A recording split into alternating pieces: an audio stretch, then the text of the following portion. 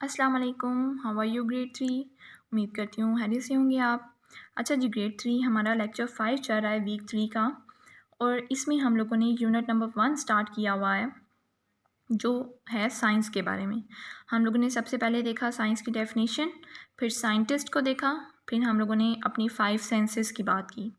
जो कल का हमारा टॉपिक था उसमें हम लोगों ने देखा कि एक साइंटिस्ट जो होता है उसमें कौन कौन सी स्किल्स होती हैं, जिसमें हम लोगों ने देखा कि वो ऑब्ज़र्व बहुत अच्छा करता है।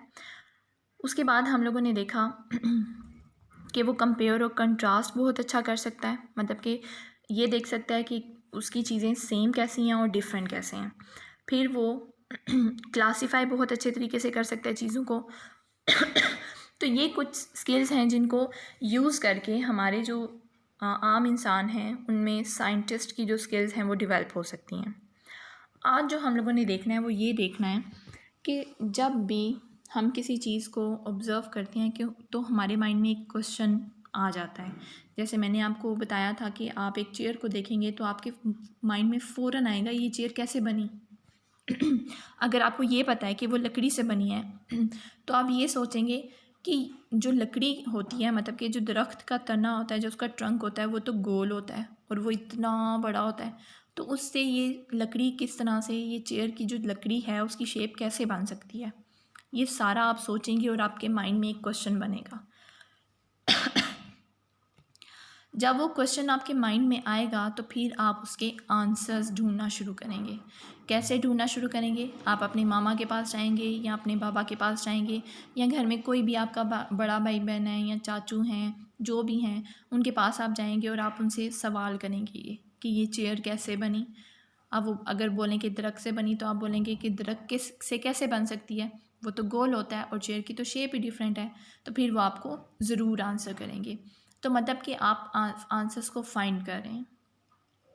लेकिन ये तो ठीक है, हम इंसान जो हैं वो ज़रूर क्वेश्चंस जो हैं वो करते हैं, लेकिन यहाँ पे साइंटिस्ट जो होते हैं, हमारे जो साइंसदान होते हैं, उनके पास दो तरीके होते हैं आंसर फाइंड करने के। ठीक है, सबसे पहले ये कि वो अपनी इन्वेस्टिगेशन को रिपीट करते हैं। ये नेक्स्ट हम देखते हैं कि इन्वेस्टिगेशन क्या होता है और रिपीट इन्वेस्टिगेशन क्या होता है। दूसरा काम वो क्या करते हैं कि वो साइंटिफिक मेथड यूज़ करते हैं। सही है, तो नेक्स्ट हम इनका ज़रा इंट्रोडक्शन लेते हैं। आंसर फाइंड करने के लिए वो कौन कौन से तरीके यूज़ करते हैं? Repeat investigation and scientific method. Repeat investigation क्या है? अच्छा जी, इन्वेस्टिगेशन जो हमारी होती है वो ये होता है कि हमने इंफॉर्मेशन को कलेक्ट करना होता है। जैसे ये चेयर कैसे बनी, उसके बारे में इंफॉर्मेशन। लकड़ी से बनी, लकड़ी कहाँ से आई? दरख्त से आई। अब दरख्त जो है वो कौन सा दरख्त है वो भी हमने पता लगाना है। फिर उस दरख्त पे क्या क्या काम हुआ, कौन सी फैक्ट्री में लेके गए, कौन सी मशीन में उसको डाला, क्या क्या हुआ जिसकी वजह से ये हमारे पास चेयर बनी। तो ये हमारे पास पूरी की पूरी जब हम इंफॉर्मेशन इकट्ठी कर लेंगे तो डैट्स मीन्स कि हम इन्वेस्टिगेट कर रहे होते हैं।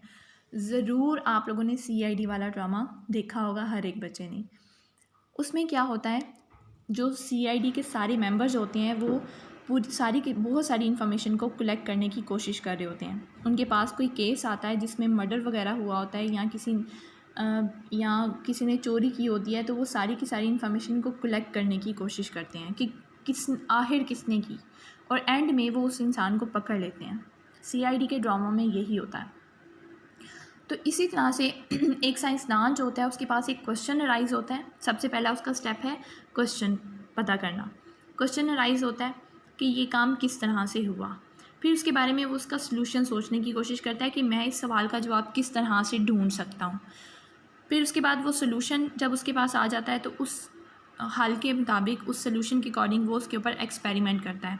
मतलब एक्सपेरिमेंट करने का मतलब है उसके ऊपर तजर्बे करता है कि क्या मैं इस चीज़ को ऐसे कर सकता हूँ, क्या मैं इस तरह से कर सकता हूँ, क्या मैं ऐसे कर सकता हूँ। जब एक्सपेरिमेंट हो जाते हैं तो उसके बाद वो कंक्लूजन निकालता है। कंक्लूजन में वो क्या कहता है कि according to my experiment and according to my solution मैं ये काम करने में कामयाब हो गया हूँ। ठीक है, तो वो फिर एक कंक्लूजन बनाता है कि ये जो चेयर है वो इस लकड़ी से बनी हुई है, इस फैक्ट्री में हुई है और ऐसे ऐसे बनी है, और ये इसका कलर है, और एट द एंड आप उस कंक्लूजन उसका निकालते हैं कि ये चेयर बहुत अच्छी है, बहुत अच्छी क्वालिटी की है। जब अच्छी क्वालिटी की होगी तो ज़ाहिरी बात है वो फिर और भी लोग लेंगे।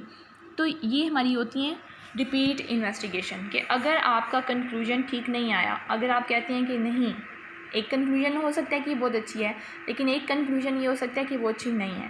अब क्यों अच्छी नहीं है ये पता करने के लिए आप दोबारा उसके ऊपर इन्वेस्टिगेट करेंगे कि आखिर बीच में ऐसी क्या ख़राबी थी कि ये चेयर ख़राब हो गई है। तो अब हम कौन से तरीके अपना सकते हैं कि इस चेयर को हम दोबारा से अच्छी क्वालिटी में ले आएँ। That is your repeat investigation. ठीक है, अगर कंक्लूजन ख़राब आए तो हम दोबारा से इन्वेस्टिगेट करते हैं, मतलब कि दोबारा से इन्वेस्टिगेट करते हैं, दोबारा से सारी इन्फॉर्मेशन कलेक्ट करते हैं कि आया हमें पता चले कि आखिर मसला क्या है। जब मसला पता चल जाएगा तो हम दोबारा उसका सलूशन बनाएंगे, दोबारा एक्सपेरिमेंट करेंगे और दोबारा उसका कंक्लूजन निकालेंगे। अगला हमारा जो दूसरा तरीका है प्रॉब्लम सॉल्विंग का, डैट इज़ साइंटिफिक मेथड। अब साइंटिफिक मेथड में हमारे पास 3 स्टेप्स हैं। क्या क्या है? आस्क क्वेश्चन, इसमें भी सबसे पहले क्वेश्चन ही बनता है। आपको बताऊं, साइंस में आज तक जितने भी सवाल पैदा हुए हैं, जितने भी एक्सपेरिमेंट्स हुए हैं, या जितने भी कंक्लूजन्स बने हैं, उनका जो स्टार्ट होता है वो एक क्वेश्चन से ही होता है। सबसे पहले एक सवाल बनता है। अगर सवाल ही नहीं बनेगा तो हम फर्दर उसके ऊपर किस तरह से उसका सलूशन निकाल सकते हैं या किस तरह से उसकी प्रॉब्लम को सॉल्व कर सकते हैं। तो सबसे पहले हमारे पास एक सवाल होना चाहिए, क्वेश्चन होगा हमारे पास, उसके ऊपर हम हाइपोथेसिस बनाएंगे, जैसे कि हम एक्सपेरिमेंट करते हैं या सलूशन निकालते हैं, पॉसिबल आंसर। जो सवाल होगा उसका एक पॉसिबल आंसर निकालेंगे, उस आंसर के मुताबिक हम फिर अपने टेस्ट को वेरीफाई करेंगे या फिर अपने पूरे का पूरा टेस्ट प्लान करेंगे कि हमने अब एक्सपेरिमेंट किस तरह से करना है। तो इसकी ज़रा एग्जांपल देखते हैं। देखें ज़रा, सबसे पहले यहाँ पे आस्क का क्वेश्चन। अब वो कह रहे हैं कि आपने क्या करना है, आस्क का question that you want answered. ठीक है, आपने एक सवाल करना है जिसका आपको जवाब ढूंढना है। वो क्वेश्चन क्या है? Do seeds grow water, do seeds need water to grow. अब वो कह रहा है कि क्या ये जो बीज हैं इनको ग्रो करने के लिए पानी की ज़रूरत होती है या नहीं होती। ठीक है, अब ज़रा अपने माइंड में सोचें, क्या सीड्स को ग्रो करने के लिए पानी की ज़रूरत होती है? चलें नेक्स्ट देखते हैं क्या होता है। ये सवाल हमारे पास बन गया। ठीक है, अब हाइपोथेसिस क्या है? Make a hypothesis. A hypothesis is a possible answer to your question. आपका क्वेश्चन क्या था? Do seeds need water to grow.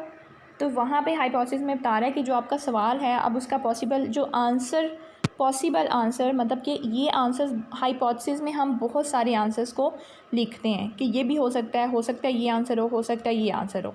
फिर जब हम उसके ऊपर एक्सपेरिमेंट करते हैं तब हमें पता चलता है कि हमारी हाइपोथेसिस ठीक थी या नहीं ठीक थी।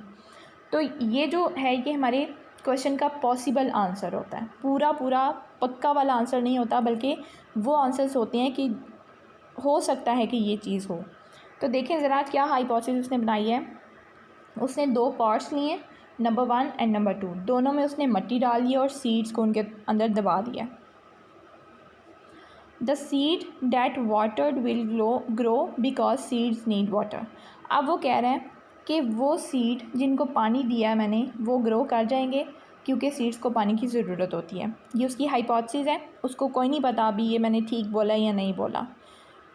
उसका एक सोचा हुआ आंसर है कि हो सकता है कि वो सीड्स, वो बीज जिनको मैंने पानी दिया है वो ग्रो कर जाएं, क्योंकि जो सीड्स होते हैं, मैंने सुना है कि जो सीड्स होते हैं उनको पानी की ज़रूरत होती है। चलिए ठीक है, वो हो गया सारा। प्लान ऑफ फेयर टेस्ट, कि हमने अब एक टेस्ट करना है। कैसे करना है? Change 1 thing only. ठीक है, चेंज ओनली 1 थिंग, सिर्फ एक चीज़ आपने चेंज करनी है। Keep everything as the same, और हर चीज़ को आपने सेम रखना है। क्या करना है कि ये जो पॉट 1 है और पॉट 2 है, इन दोनों में बीज हैं और दोनों में मिट्टी है, दोनों सेम है।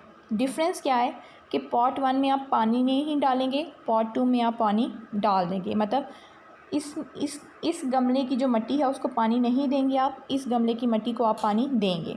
रिकॉर्ड योर स्टेप, अपने स्टेप्स को रिकॉर्ड करना है। Someone else should get the same answer if they follow your steps. अगर आप घर में ये स्टेप्स को फॉलो करते रहेंगे तो आप इन आंसर्स को ज़रूर फाइंड कर सकते हैं। आप मुझे बताएं ज़रा कि ये जो पॉट 1 है इसको हमने पानी नहीं दिया और ये पॉट 2 है, इसको पानी दिया है, तो बताएं मुझे कि आपको क्या लगता है कि इन दोनों पॉट्स में से किस में पौधे जो हैं वो ग्रो करेंगे? ऑब्वियसली पार्ट 2 में।